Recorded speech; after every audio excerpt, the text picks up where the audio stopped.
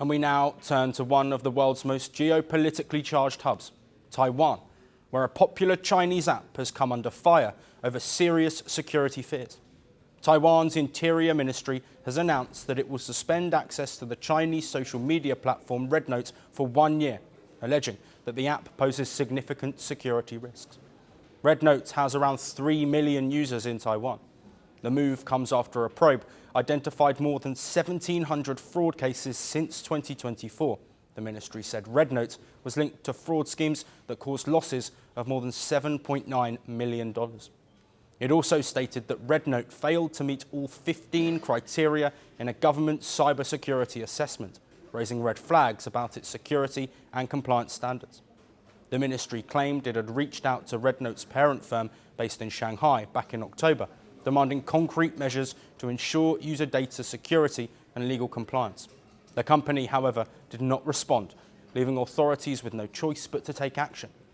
Officials added that the platform's lack of cooperation with local laws had hampered fraud investigations, creating a legal vacuum. As a result, the government deemed it necessary to consider imposing restrictions for 1 year, with future action depending on whether the app complies with Taiwanese law. Taiwan also stressed that any digital platform operating on the island must follow local legal frameworks, including the appointment of legal representatives responsible under Taiwanese jurisdiction. The ministry urged people not to download the app and advised current users to uninstall it immediately and switch to other legal social platforms that comply with local information security standards.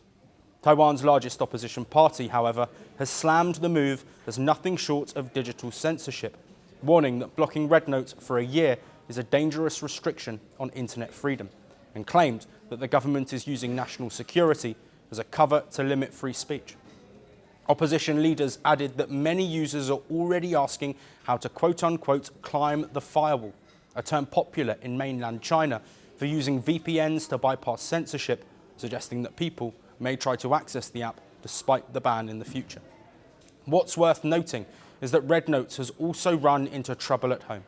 China's Cyberspace Administration said in September that it issued warnings and strict punishments to the platform's executives, criticizing what it called quote-unquote trivial and negative content on the app.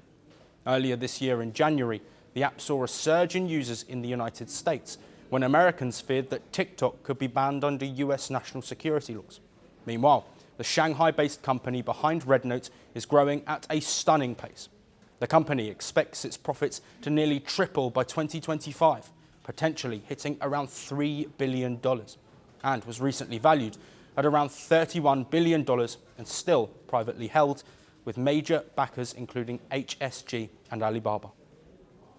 Taiwan claims its move is part of a wider push to protect its digital space from fraud and data abuse. However, as tensions with Beijing persist, the RedNote ban becomes more than a tech story, a deeper political struggle over security, sovereignty, and trust. I rose from the army with medals on my chest. I spoke of freedom from colonial chains, but I tightened my own. I filled prisons with ghosts.